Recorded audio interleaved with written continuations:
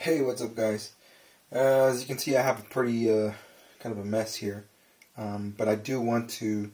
It's here for a purpose. It's here to kind of give you some tips and a guide and some ideas on how to test one of these. So, yep, you know what these are, guys.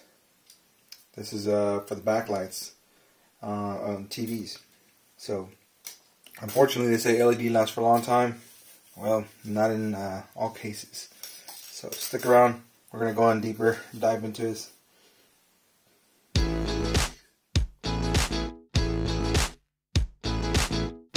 Alright, so first things first, guys. I want to explain why I have this. This is an LED tester. It's a generic brand. I'm going to post a link down below on where to get this on Amazon. But this right here, I mean, it works. It solves all your issues as far as troubleshooting. Here's an example here. My thing's ready to go. It's ready to charge up. I can literally just go grab, positive, negative, exactly where it says here. And guess what? I have LED lights, and it even tells me exactly what voltage it's pulling at, which right now I'm seeing is 13.3. Right, so that's pretty cool. Now, what if I say I don't want to check all of them, or they don't all turn on? Let's check them individually. So when I go on the positive side here, and then I can check them individually. So, well, this one's in a group. 8 volts, 8.1 volts. I can go to the next one, check them individually there. 5.5 volts. And then go here, which is a little hard to get under. 2.8 volts. Oh, that shocked me. Each of these LEDs is actually rated for 2.8 volts to, I think it's a 2.6 to 3.2 volts. But their max efficiency is at 2.8 volts. So I did teach y'all about the battery trick here. I'm not going to do the battery trick because it's in my other video. Basically, it's just putting, either you can wrap the leads around here or find a way to kind of secure the leads. You have 9 volts. In this case, we have 13 volts going through here, so this is not going to fully light it up. It may or may not. You may need to kind of modify. If we put both of them together, we're looking at kind of 18 volts. So that's way too much for this right here. So the way I figure it out is, so I have 1, 2, 3, 4, 5. We have 5 what do you call it? LEDs. For 5 LEDs, we're looking at 2.8 volts. Let me get my calculator here. We're looking at close to 14, and that's basically what we got. We got like 13 point something. So you obviously don't want to surpass that. You can be, let's just say you can do 12 volts here. If you have a 12 volt power supply, which 90% of the people do have 12 volt power supplies, you can do that. Another thing that is possible, it's a little bit riskier, whatnot, is this is what I did. Is I got a power bank, and I got a USB cable, a mini USB cable. Any power bank is fine. And then I went to the USB cable, and I basically took it apart. There's 4 leads in that cable. There's actually 5, but there's 4 leads that are used. It'll be your green, and then your white, which is the data transmission, and you have your black and your red, which would be, black is negative and red is positive. You also have the shielding itself, which actually is the same thing as the black one here. So I've already tied it in here into the these two right here, and we're gonna go and kind of try these out here. If I can remember, just remember what polarity is what. This is my positive side right here, and then this is my negative. So if I can, let's see if I can test this out real quick on my meter. Hope y'all can see this. Yeah, I can. So we're gonna put this on this lead, put this on that lead, and we're pulling. That's incorrect. So negative is the one, this one. Positive is this one. Pulling 5.1 volts. Out of those 5.1 volts, in here we can actually test this one here. Just see if I can get into it. it was right here. Yeah, this is pulling 5.4 volts, which is fine because remember we said it was 2.8 volts. I rounded up to 3 volts just in case. So 3 and 6 volts. We don't want to surpass 6 volts here. We're at 5.2, 5.1. So what I can do is actually grab my leads here.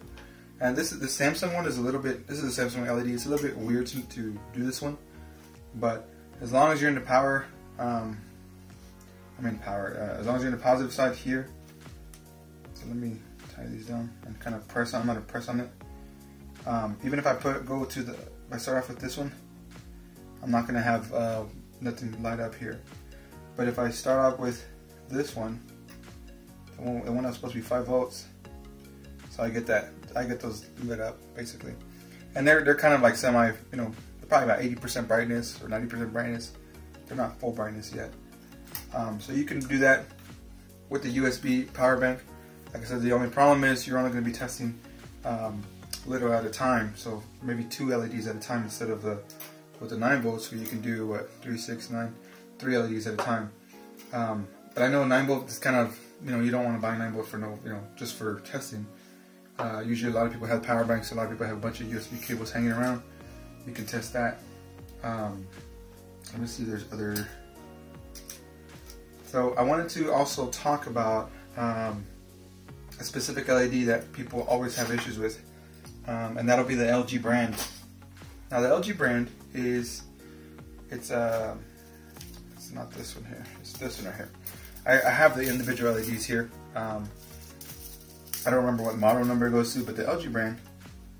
So this is why, like I said, this is why I love having this one. Let me see if I can zoom in here real quick, because this is really hard to see.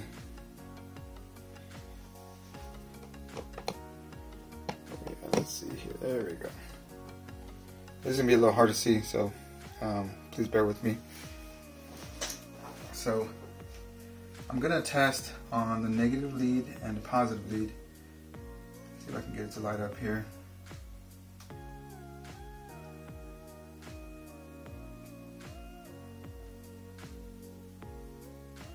Nope. There we go. So this one is pulling in at 5.6 volts. Oh, that's really bright. With that same amount here, we can do the same thing with this one. I gotta bear with me because this is a little hard to get without trying to move it around. I'm already blinded by the light here. As you can see, it lights up. It's a little bit dimmer, but it's fine because it works. It works just enough for you to know that it's good to go. So there's a waste of LED here that I don't need. Let me see if I can pull. Let's see here.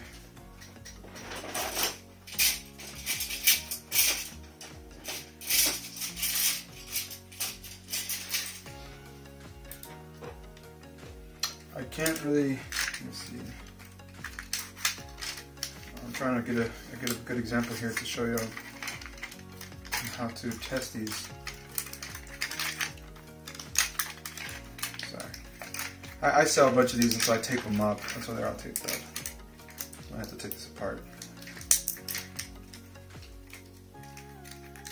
Sorry, I can't see. Jesus, I'm terrible at this.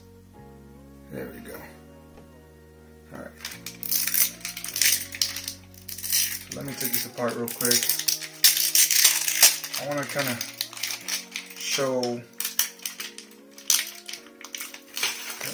There you go. This is for an Element. Element tends to have bad LEDs as well. I mean, it sucks because you pay for a cheap TV thinking it's going to last at least a decent amount of time, and it turns out that it doesn't. Let me test this real quick and make sure that it works. Alright, we're looking at 16.5 volts. So 16.5, we divide that by 1, 2, 3, 4, 5, 6, and we get 2.75. So remember how we were talking about the 2.8? So this one's pretty good here. Let me see if I can, this is a positive lead here. Let me see if I can test them individually. Yep, I can. So if, let me see, come on. And like I said, this is why it's just beneficial to have this, because like if I was to test it with just the USB or with the batteries, it makes it really difficult to know where to test. Where are the testing points at? In this case, so you have to have the positive lead on here, and on the negative lead you can go into any of the circle ones here. We're looking at 11 volts there, go there, there, and this is a 5.6. Let's see if we can get it to light up with our USB power bank here. So positive is this one. I'm gonna stretch it out. So we put it on our positive lead here, and then there it is. So like I said, it's just a little bit different on some of these. I would really highly suggest this. This is my third time saying this, and not because I want to sell you this, but it's just $20 or $20, $30, whatever it costs. It's going to be beneficial to you. You're going to waste so much time trying to get all this stuff together, and having this will instead of buying like all these LEDs, the whole backlight array, you know, like how I'm selling the whole array here of LEDs for like 50, 60 bucks. You could just buy whatever is broken and then buy one of these, and then you'll know exactly which is broken. You'll pretty much spend the same amount, and then plus you get the tool as well. So other than that, guys, I think I'm pretty much done. That was supposed to be a quick video. I don't know, but anyways, guys, please like, subscribe, share this, whatever, you know, comment, dislike. I read all the comments. They're pretty much 95% of the comments here. I want to thank y'all for everything, and see you on the next one. Later.